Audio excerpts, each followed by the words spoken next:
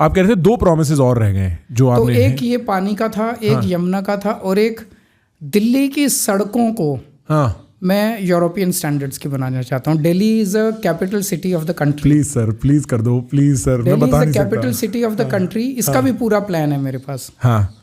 कि जैसे जो हमारी सड़कें हैं उसमें एक तो है ब्लैक टॉप, एक है सेंट्रल वर्ज, एक है footpath, then horticulture, then painting, zebra crossing painting, footpath की पेंटिंग, ये इन सब का हमने कॉम्प्रिहेंसिव टेंडर बनाया है।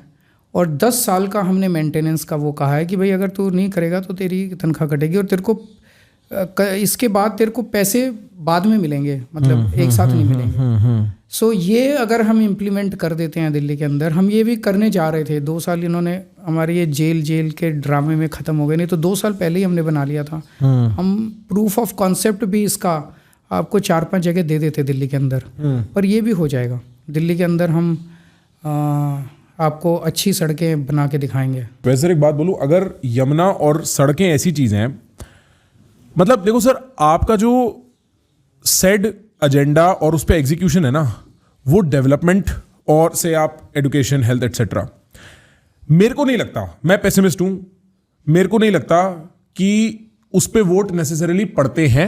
हो सकता है आपकी रीडिंग अलग हो, पर जो ये इमोशनल चीजें हैं ना सर, कि यमुना साफ हो गई, सड़कें ठीक हो गई, जो आदमी को सारा वक्त दिख रहा होता है, वो आदमी के दिमाग में सबकॉन्शियसली जो नैरेटिव क्रिएट करता है ना कि यार ये जो बोलते हैं करते हैं। मतलब आई थिंक अगर आप यमुना साफ कर देते हो ना, you will be very undefeatable in the Delhi area, because people will see it, people can point two it, be like देखो साफ हो गई, हम इतने दिनों से यहाँ पे झाग झाग दिखा करते प्रखर, मैं अब थोड़ी बहुत पॉलिटिक्स तो समझने लगा हूँ। हाँ। यमुना पे वोट नहीं मिलेंगे, अच्छा, लेकिन मैं यमुना फिर भी साफ करूँगा, क्योंकि मैं यहाँ पे वोट की राजनीति करने के लिए नहीं आया। वोट की राजनीति तो ये लोग कर ही रहे थे, सत्ता से पैसा, पैसे से सत्ता, ये लोग कर ही रहे थे, वो करने के लिए मैं नहीं आया। मैं जब स्कूल बनवाता हूँ, मैं ये नहीं देखता कि इसकी वजह से मेरे को वोट मिलेंगे कि नहीं मिलेंगे।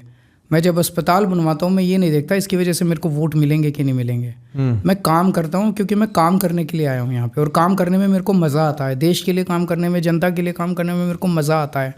जब देश की तरक्की होती है मुझे अच्छा लगता है, सुकून मिलता है।